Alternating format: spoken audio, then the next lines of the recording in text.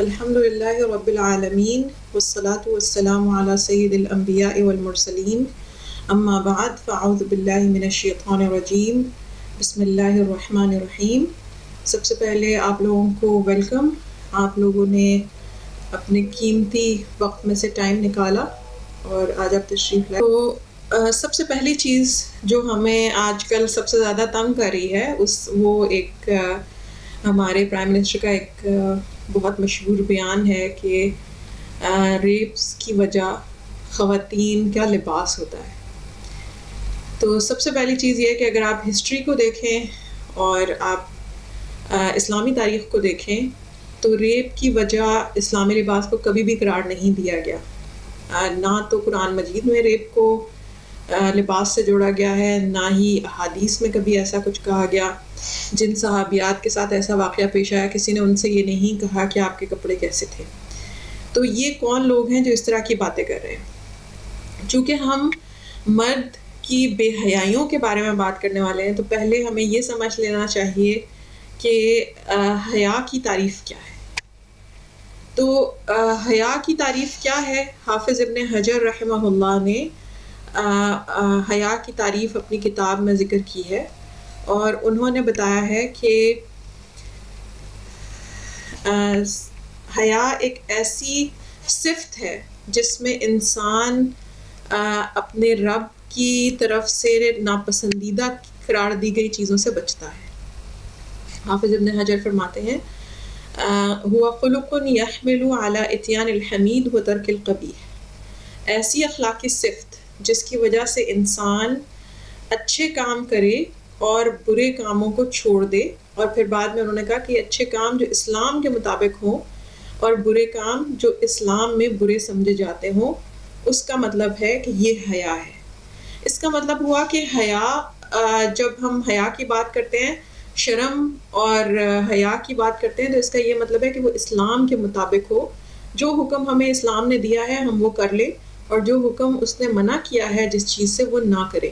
اب حیا مردوں اور عورتوں دونوں میں ہونی چاہیے، اور جس وقت ہم اسلامی تاریخ کو دیکھتے ہیں تو ہم دیکھتے ہیں کہ مردوں میں سب سے پہلے حیا تھی۔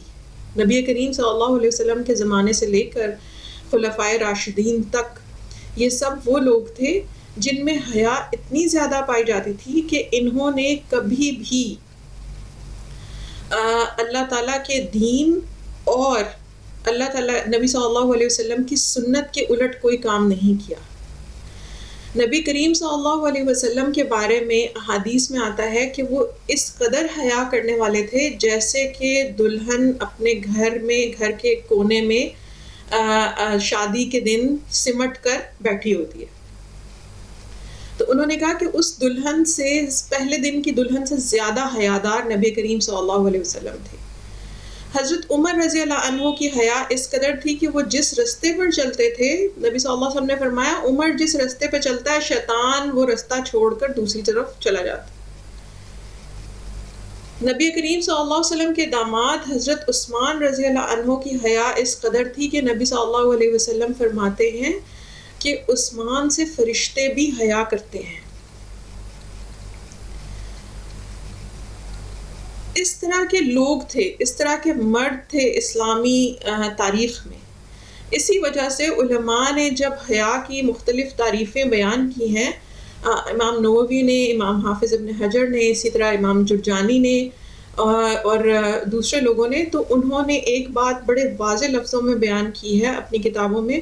انہوں نے کہا حیا ایسی صفت ہے، حیا جو اصل میں حیات سے ہے یعنی زندگی، اور حیا ایسی صفت ہے جس سے یہ پتہ چلتا ہے کہ انسان کے جذبات زندہ ہیں، وہ بے حس اور مردہ انسان نہیں ہے۔ آپ کو پتہ ہے کہ بے حس انسان کی سب سے بڑی علامت یہ ہوتی ہے کہ اس کے چہرے پہ کوئی ایکسپریشنز نہیں ہوتے۔ سائیکوپیتھس جو ہوتے ہیں ان کے چہرے پر آپ شاید ہی کبھی شرم یا ریگریٹ یا پھر ندامت یا شرمندگی دیکھیں، ان کا چہرہ ایک جیسا ہوتا ہے، سپاٹ۔ جو مومن آدمی ہوتا ہے اس کا چہرہ رنگ بدلتا ہے، جذبات آتے ہیں اس کے چہرے پہ، وہ خوش ہوتا ہے، کھل اٹھتا ہے، وہ اداس ہوتا ہے تو آپ کو اس کا چہرہ بجھا ہوا معلوم ہوتا ہے، وہ شرماتا ہے تو آپ کو اس کے چہرے پہ شرم کے آثار نظر آتے ہیں، آپ کو اس کی آنکھوں میں شرم نظر آتی ہے، حیا نظر آتی ہے، آپ کو اس کی چال میں حیا نظر آتی ہے۔ تو اس سے ہمارے جو بزرگ ہیں وہ یہ بتا رہے ہیں کہ حیا کا مطلب یہ ہے کہ آپ اللہ کے نزدیک اچھے کام کریں اور اللہ اور لوگوں کے نزدیک برے کام چھوڑ دیں جو اسلام کے مطابق برے ہوں. اچھا، سب سے بے حیا لوگ کون ہیں؟ اگر ہم اس تعریف سے بے حیائی کی تعریف نکالیں تو بے حیا لوگ وہ ہیں جو اللہ کے نزدیک پسندیدہ کام نہ کریں اور اللہ کے نزدیک ناپسندیدہ کاموں کو چھوڑے نہیں. اس سے ہمیں یہ بھی پتہ چلتا ہے کہ بے حیا لوگ وہ ہیں جو اللہ کا حکم نہیں مانتے، چاہے ان کی اپنی ذاتی زندگی ہو، چاہے وہ حکمران ہو، چاہے وہ ایک خاندان کے سربراہ ہوں، یا چاہے وہ کسی ادارے کی اتھارٹی ہوں، سربراہ ہوں، وہ حیا کی طرف نہیں آئیں گے، وہ اللہ کا حکم نہیں مانیں گے. اچھا، اب ہمارے معاشرے میں کچھ لوگ ہر وقت ہمیں یہ بتاتے رہتے ہیں مردوں کے بارے میں کہ مردوں کا ایک درجہ عورتوں سے زیادہ ہے. یہ بات آپ نے سنی بھی ہے؟ قرآن مجید بھی کہتا ہے نا کہ مردوں کا ایک درجہ عورتوں سے زیادہ ہے. رشتے میں ہے نا، یا قوام کو حق حاصل ہے، ایک درجہ اوپر دیا گیا ہے. وَلِلرِّجَالِ عَلَيْهِنَّ دَرَجَةٌ، قرآن میں آیا کہ مردوں کا عورتوں سے ایک درجہ زیادہ ہے. اب کچھ لوگ ہمیں یہ تو بتاتے ہیں کہ ان کا درجہ ایک زیادہ ہے، لیکن جب ذمہ داریاں نبھانے کی باری آتی ہے، جب اس درجے کے اوپر جو اللہ تعالیٰ نے ان کو صلاحیتیں اور جو پاور دی ہے اس درجے کی وجہ سے اس کے استعمال کی باری آتی ہے، جب عورتوں کے تحفظ کی باری آتی ہے، جب ان کو سیکیورٹی دینے کی باری آتی ہے قوام ہونے کے ناطے، تو اس وقت یہ لوگ بالکل آرام سے بیٹھ جاتے ہیں. ویسے درجے کا شور مچتا رہتا ہے کہ ہمارا تو ایک درجہ زیادہ ہے آپ سے، لیکن جس ٹائم ذمہ داری اٹھانے کی باری آتی ہے آپ دیکھیں گے سب سے پہلے یہ لوگ آرام سے بیٹھ گئے. اب ہمارے معاشرے میں ہو کیا رہا ہے؟ اللہ تعالیٰ نے قرآن مجید میں یہ فرمایا ہے کہ اللہ تعالیٰ ہے جو کسی انسان کو اختیار دیتا ہے، اللہ تعالیٰ ہے جو کسی انسان کو پاور دیتا ہے. وہ پاور کس طرح کی ہو سکتی ہے؟ ہیڈ آف اسٹیٹ ہو جائے، یا پھر ہیڈ آف انسٹیٹیوشن ہو جائے، ہیڈ آف فیملی ہو جائے. جب ایک انسان شادی کرتا ہے وہ کم از کم ہیڈ آف فیملی ضرور ہو جاتا ہے. اور جب اس طرح آپ سربراہ ہو جاتے ہیں تو اس کا کوئی نہ کوئی اس پاور کے ساتھ آپ کے ساتھ پاس ذمہ داری بھی آتی ہے. اور ان ذمہ داریوں میں سے ایک ذمہ داری یہ ہوتی ہے کہ وہ انسان اپنے ماتحت لوگوں کی حفاظت کرے اور ان کے درمیان فیصلے کرے، اور یہ سب کام کرتے ہوئے وہ اللہ تعالیٰ کے تقوی کا بھی لحاظ رکھے، حیا کا بھی لحاظ رکھے، اسلامی احکام کا بھی لحاظ رکھے. اللہ تعالیٰ خاص طور پر پاورفل لوگوں کو قرآن مجید میں ایک بات کی نصیحت کرتے ہیں. وہ کہتے ہیں وَإِذَا حَكَمْتُمْ بَيْنَ النَّاسِ أَن تَحْكُمُوا بِالْعَدْلِ، جب تم لوگوں کے درمیان فیصلہ کرو تو عدل کے ساتھ فیصلہ کرو. امام شافعی رحمہ اللہ جس وقت اس آیت کی تشریح کرتے ہیں تفسیر میں لکھتے ہیں کہ یہ تو اللہ نے بتا دیا کہ جب لوگوں کے درمیان فیصلہ کرو تو عدل کے ساتھ کرو، لیکن اس آیت میں عدل کا کیا مطلب ہے؟ عدل عربی زبان میں کہتے ہیں انصاف کرنے کو. عدل کا مطلب ہے کہ جو چیز جہاں ہونی چاہیے اسے وہاں رکھ دیا جائے، جس چیز کا جو حق ہے وہ اس کو دے دیا جائے. اب سوال یہ پیدا ہوتا ہے کہ اللہ تعالیٰ جب کہہ رہے ہیں کہ لوگوں کے درمیان فیصلہ کرتے ہوئے جسٹس کرو، تو جسٹس ہے کیا؟ امام شافعی کہتے ہیں جسٹس یہ ہے کہ جب تم لوگوں کے درمیان فیصلہ کرو تو اس معاملے میں اللہ اور نبی صلی اللہ علیہ وسلم کے حکم کو سامنے رکھو. ہمارے ملک میں ریپ کیسز کس طریقے سے بڑھتے چلے جا رہے ہیں کہ 2019 میں سہیل ایاز نامی ایک چائلڈ سیریل ریپسٹ پکڑا جاتا ہے راولپنڈی سے، جو حکومت کے ایک اہم ادارے میں کام کر رہا تھا، اور اس نے کم از کم اپنے موجودہ پاکستانی دورے میں 30 سے زائد بچوں کے ساتھ ریپ کرنے اور ان کی ویڈیوز بنا کے ڈارک ویب پہ بھیجنے کا اعتراف کیا. اس گھناؤنے درندے کو سزا مل چکی ہے. اس کے بعد راولپنڈی اسلام آباد سے 2 میاں بیوی پکڑے گئے. شوہر اور بیوی دونوں مل کر لڑکیوں کو اغوا کرتے تھے، اسٹوڈنٹس کو، اور شاید ان کا اپنا کوئی کار وغیرہ تھی جس میں وہ کیب کے طور پر اس کو استعمال کرتے تھے، یا کوئی اور طریقہ تھا. بہرحال میاں بیوی دونوں 30s میں تھے اور وہ دونوں لڑکیوں کو اغوا کر کے ایک گھر پر لے جا کر ان کو ریپ کرتا مرد، اور عورت ویڈیو بناتی اور پھر اس کے بعد ان ویڈیوز کو بہت مہنگے داموں انٹرنیٹ پہ بیچا جاتا پورن ویب سائٹس کے اوپر. اور وہاں سے کچھ لڑکیوں نے ہمت کر کے پولیس میں کمپلین کرائی تو پتہ چلا کہ یہ لوگ 300 سے زائد لڑکیوں کے ساتھ یہ واردات کر چکے ہیں. اس کے بعد موٹر وے ریپ کیس ہوتا ہے جس نے پوری قوم کو ہلا کے رکھ دیا اور ہم سب ٹھٹھر کر رہ گئے. ہمارے اعصاب باہر نکلتے ہوئے خوف آتا تھا، لڑکیاں یونیورسٹی کالج جانے سے ڈرنے لگی تھیں. یہ سب کس دور میں ہوا؟ اسی دور میں. یہ لوگ جب اپوزیشن میں تھے تو یہ کہا کرتے تھے کہ اگر کسی ملک میں کوئی قتل ہو جائے تو حکمران اس کا قاتل ہے، ریاست اس قتل کی ذمہ دار ہے. آج ان کو اقتدار میں آئے ہوئے 3 سال ہو چکے ہیں اور ہر سال ریپ کا ایک انتہائی گھناؤنا اور خوفناک واقعہ سامنے آتا ہے. موٹر وے ریپ کیس میں خاتون نے کئی مرتبہ اداروں کو کالز کی تھی کہ وہ ایک مشکل میں ہے اور ان کی مدد کرنی چاہیے، لیکن کسی نے مدد نہیں کی، الٹا ڈاکو آ گئے اور انہوں نے والدہ کو بچوں کے سامنے درندگی کا نشانہ بنایا. ان کو آپ نے جیسے تیسے پکڑ لیا. اس کے بعد اسلام آباد میں ایکسپریس ہائی وے کے اوپر 20 خواتین سے زیادہ کو ریپ کرنے والے سیریل ریپسٹ کے بارے میں خبر آتی ہے. پاکستان کا کیپٹل ہے اسلام آباد، اور لاہور کی موٹر وے سے لے کر اسلام آباد کی شاہراہ ہائی وے تک آپ کے ملک کی شاہراہیں محفوظ نہیں رہیں. لیکن آج کوئی نہیں ہے جو پارلیمنٹ میں کھڑا ہو کر ایک فائری سپیچ کرے اور کہے کہ ملک میں جو ریپ ہوتا ہے اس کا ذمہ دار حکمران ہوتا ہے. آج ہمیں لوگ بتا رہے ہیں کہ ریپ کا ذمہ دار عورت کا لباس ہوتا ہے. نہیں، ریپ کا ذمہ دار نااہل حکمران ہوتا ہے. نااہل حکمران وہ ہے جو فلسفیانہ گفتگو شروع کر دیتا ہے اور کہتا ہے کہ یہ ہونا چاہیے، وہ ہونا چاہیے، لیکن یہ بات نہیں کرتا کہ اس نے کیا کیا، اس نے کتنے ریپسٹ کو لٹکایا. وہ ہمیں یہ نہیں بتاتا کہ اس نے ریپ کے مقدموں کی تیز تر تفتیش کے لیے کیا کیا. وہ ہمیں یہ بتاتا ہے کہ کپڑوں کا پرابلم ہے. کہتے ہیں کہ کچھ لوگ اتنے بے وقوف ہوتے ہیں کہ وہ ایک ہی جملے سے بہت سارے لوگوں کی انسلٹ کر سکتے ہیں. وزیر اعظم نے جس ٹائم یہ جملہ بولا، اس سے پچھلے جملے میں وہ کہہ رہے تھے کہ ریپ ایک بہت گھناؤنا جرم ہے، ریپسٹ کو سخت سے سخت سزا ہونی چاہیے، لیکن اس کے ساتھ انہوں نے یہ گفتگو فرمائی. اب وہ کہتے ہیں پھر انہیں نیا ایک ابال آیا اور انہوں نے کہا کہ مرد روبوٹ نہیں ہوتا. اگر خواتین کے کپڑے غلط ہوں گے تو مرد تو ریپ کریں گے. اس جملے میں انہوں نے خواتین کی جو توہین کی ہے وہ تو کی ہے، انہوں نے مردوں کی بھی توہین کی ہے. اگر مرد سمجھنے کے لائق ہوں، اگر مرد اسے سمجھیں، تو انہوں نے کہا کہ ہر مرد ایک پوٹینشیل ریپسٹ ہوتا ہے. صرف کسی کے کپڑے خراب پہننے کی دیر ہے اور وہ ریپ کر بیٹھے گا.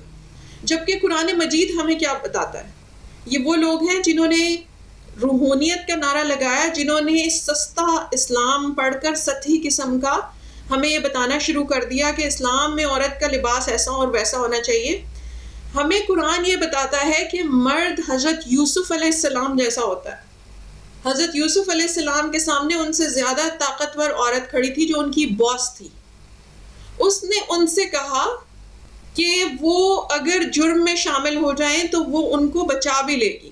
ایک تو ان کی نوکری نہیں جائے گی، دوسرا ایک طاقتور اور با اثر خاتون ان کو آفر کر رہی تھی، اور تیسرا وہ ایسی جگہ پر تھے جہاں سے بھاگ نکلنے کا کوئی رستہ نہیں تھا. اس نے رستے بند کر دیے تھے.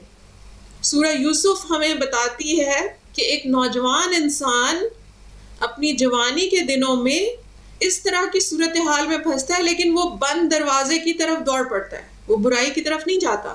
یہ ہوتا ہے مرد. مرد وہ نہیں ہوتا جو کہتا ہے کہ مجھ سے نظریں نیچی نہیں ہوئی کیونکہ لباس ٹھیک نہیں تھا.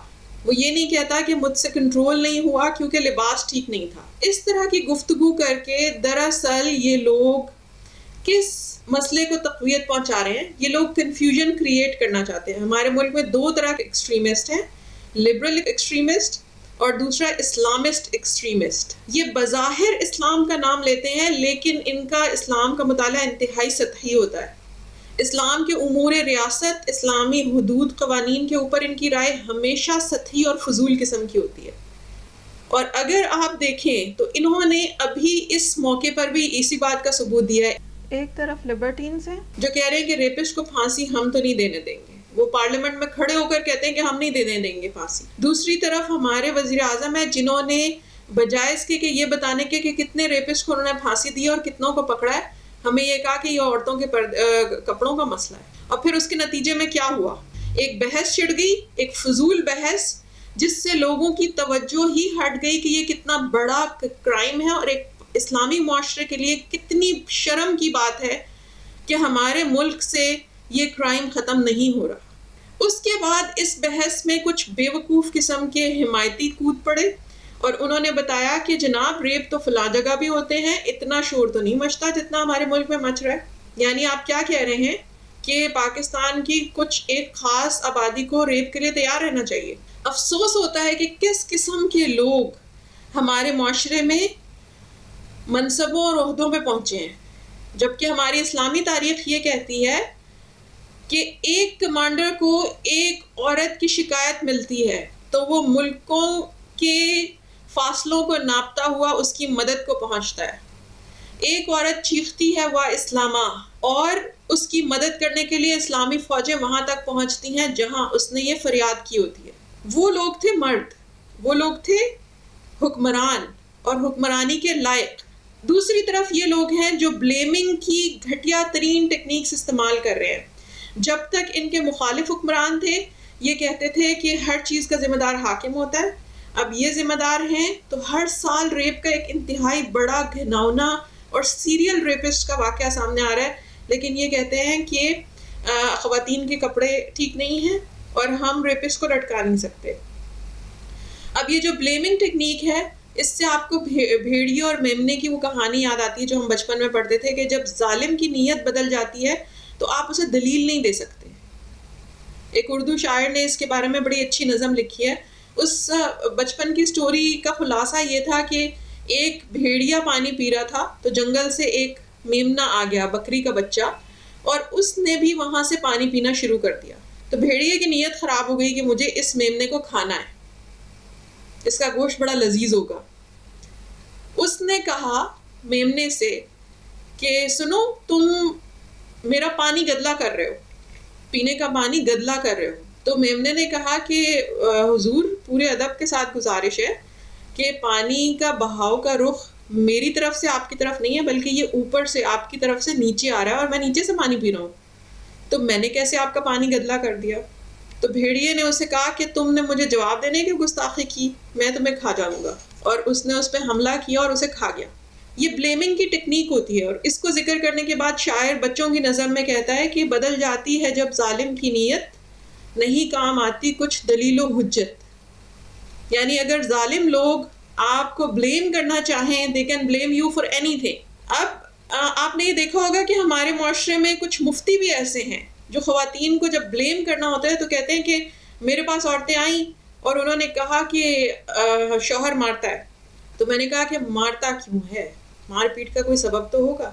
یعنی ان کا خیال ہے کہ اگر کچھ سبب موجود ہوں تو شوہر اپنی بیوی کو مارے پیٹے۔ تو وہ کہنے لگے کہ میں تو جانتا ہوں بہت سارے مردوں کو جو کمال کے ضبط نفس کے عادی ہیں لیکن ان کی بیویاں اتنی زبان چلاتی ہیں کہ ان کا ہاتھ اٹھ جاتا ہے۔ اب مفتی صاحب کیا الفاظ نوٹ کریں، ان کی بیویاں زبان چلاتی ہیں، ان کا ہاتھ اٹھ جاتا ہے۔ زبان چلاتی پہ ذمہ دار کون ہے؟ زبان والی، ٹھیک ہے؟ زبان چلاتی کا کیا مطلب ہے کہ زبان وہ خود چلاتی ہے نا، زبان والی چلاتی ہے۔ اور ہاتھ اٹھ گیا کا مطلب ہے کہ جو ہاتھ والا ہے وہ اتنا بے بس ہے کہ اس کا ہاتھ خود بخود اٹھ گیا۔ جملہ کیسے ہونا چاہیے؟ بیوی نے زبان چلائی، شوہر نے ہاتھ اٹھایا۔ ظالم زیادہ کون ہوا؟ اس کے پاس بھی زبان تھی، وہ زبان سے جواب دے دیتا۔ زیادہ ظالم کون ہوا؟ جس نے ہاتھ اٹھایا۔ لیکن ہمارے معاشرے میں تشدد کو جائز کرنے کے لیے بیویوں کے اوپر کہا جاتا ہے کہ نہ زبان چلاتی نہ اس کا ہاتھ اٹھتا۔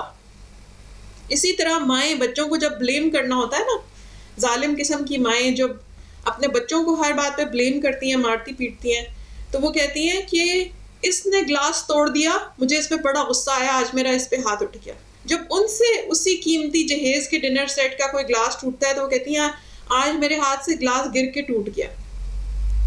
ان کی باری گلاس خود بخود ٹوٹ جاتا ہے اور اس کی بار گلاس وہ گرا کر توڑتا ہے، اس لیے وہ بچے کو مارتی ہیں اور اپنے بارے پہ ہنستی ہیں کہ آج مجھ سے گلاس ٹوٹ گیا، اور ہنستی ہیں ساتھ میں.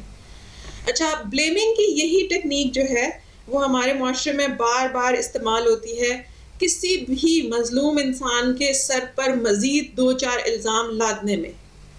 اور اس سارے عرصے میں آپ کو کوئی نہیں بتائے گا کہ وزیر اعظم کے یہ الفاظ سن کر ان خواتین پہ کیا گزری جو اس وقت ریپ کے کسی مقدمے میں انصاف جیتنے کے لیے جنگ لڑ رہی ہیں.